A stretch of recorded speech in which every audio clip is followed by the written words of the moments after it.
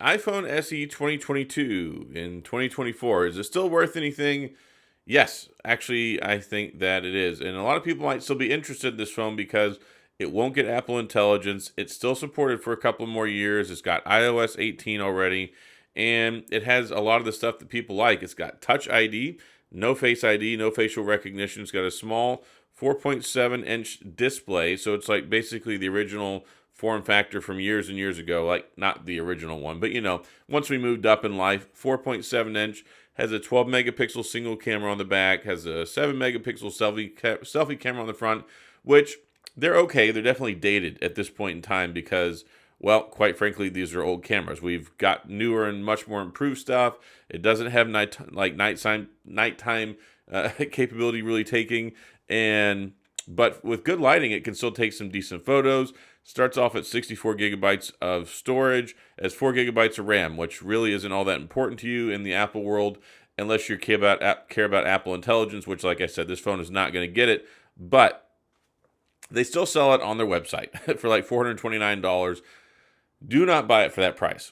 I absolutely do not buy it for that price because it is not worth that price. But if you check around on the secondary markets, I picked this one up last year off of eBay in good condition for like 180 bucks or something. And the price range right now used is about 150 to 250, and that changes depending on what size storage you want and what condition that it's in.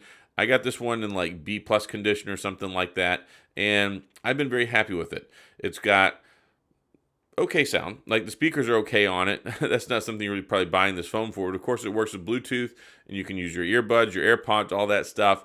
One thing I've always considered the SE series phones is like a gateway to all the Apple stuff without all the extra fluff, without all the extra prices. I mean, let's face it, if you want to get an iPhone 16, it's 829 bucks. That's a lot of money.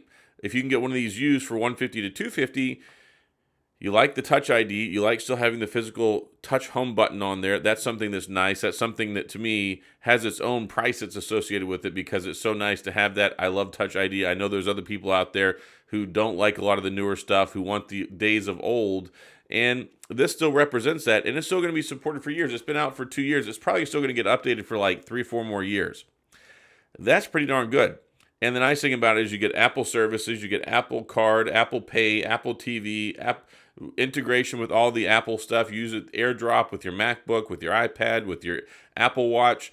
This gives you all the same level of access to the Apple kingdom that the most expensive phone does, but you get it at a significantly reduced price tag. And what's great is people who like this older form factor, who didn't want to get rid of their 8, didn't want to get rid of their 7, and didn't realize this was available, this will last a long time. Why? Because it's still got an A15 Bionic. So this came out the same, I believe, as the iPhone 13.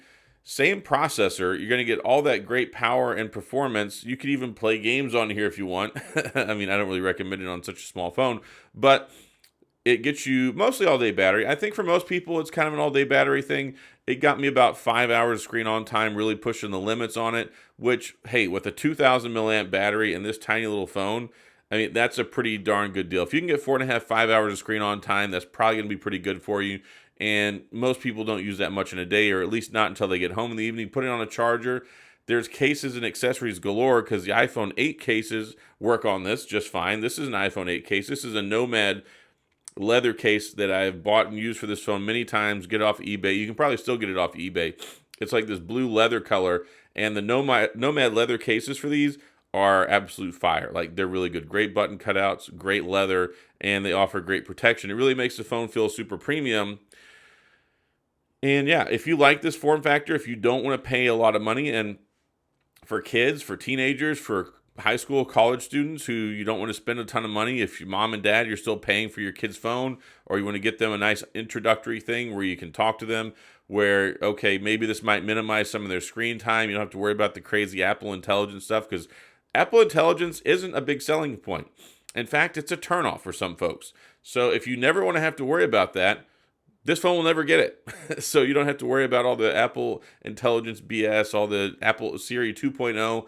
If you don't care about that stuff, if you want a no-frills phone, if you want something that's going to get you mostly all-day battery in a lot of situations and still gives you all the stuff that you like, if you enjoy those things, especially like the Apple Card, Apple Pay, works with an Apple Watch. And here's the thing. you could get one of these used. Go get like a Apple Watch SE2 or get an Apple Watch 6 or 7.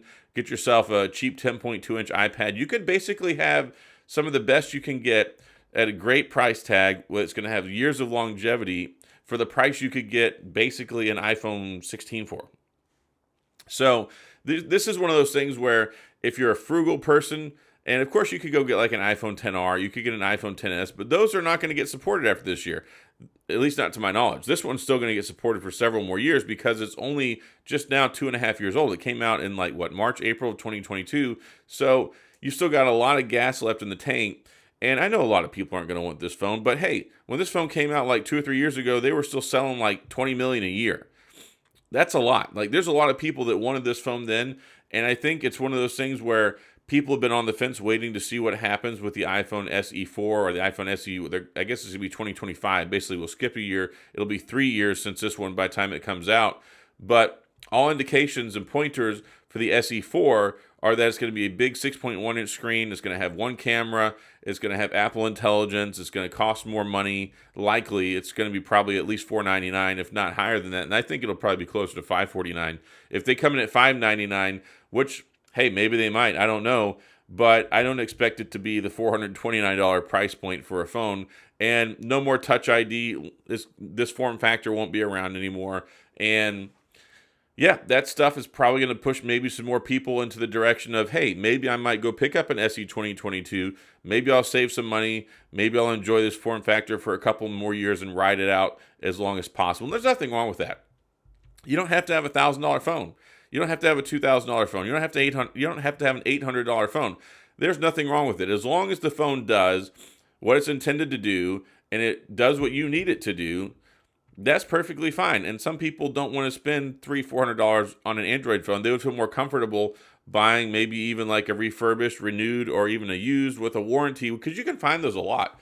Like, check out on eBay. A lot of times you'll find some of these manufacturers, they'll tie in and have like that Allstate warranty or something like that that comes with it as well. So do some looking and some shopping around. But yeah, if you like this form factor, there's nothing wrong with that. If you don't like Face ID, my mom, she didn't want to move over to the other phone, but she didn't know this was an option. She didn't ask me, of course. Her iPhone 7 had the notorious handset issue where you couldn't hear out of the handset speaker anymore. You could only use it on speakerphone. So she went in and they sold her on an iPhone 13 mini, and she's like, man, I wish I could have kept that. I was like, Mom, you could have got the iPhone SE 2022. That would have worked out. And she's like, oh, shoot. So, yeah, it's one of those things where a lot of people don't know this phone exists.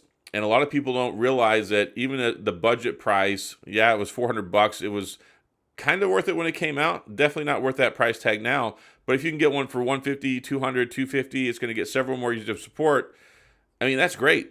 That's something that you can bank on because it's Apple. They're good at that stuff. And it's got 20-watt wired charging. It's got wireless charging. It's got a decent camera if you've got decent lighting. And this nice small form factor is something that's really refreshing, easy to use one-handed, great to type on. And for years, I really love this phone. I used mine even a lot last year instead of my iPhone 15 Pro Max. Definitely I used it the year before last with the 14 Pro series, especially the Pro Max because the battery was so bad. But yeah, I've been a big fan of this phone. I've covered it in great length over the last couple of years. I bought several of them, and I thought that it was time to say, okay, this phone has been out for a couple of years now. We're into 2024. 2024 is almost over. iOS 18 is here. It's got iOS 18. I've already upgraded mine, and that to me is really cool. So that's all I got in this video. If you have any questions, comments, gripes, concerns, complaints, all that stuff, of course, go to the comment section. I'll do my best to get back with you. If you enjoyed this video, if you like this stuff, you like the Apple content, if you're an iPhone SE fan, hit the like and the subscribe button and the little notification bell if you want updates when new videos come out. And as always, thanks for being here. I appreciate you watching, and I'll see you guys next time.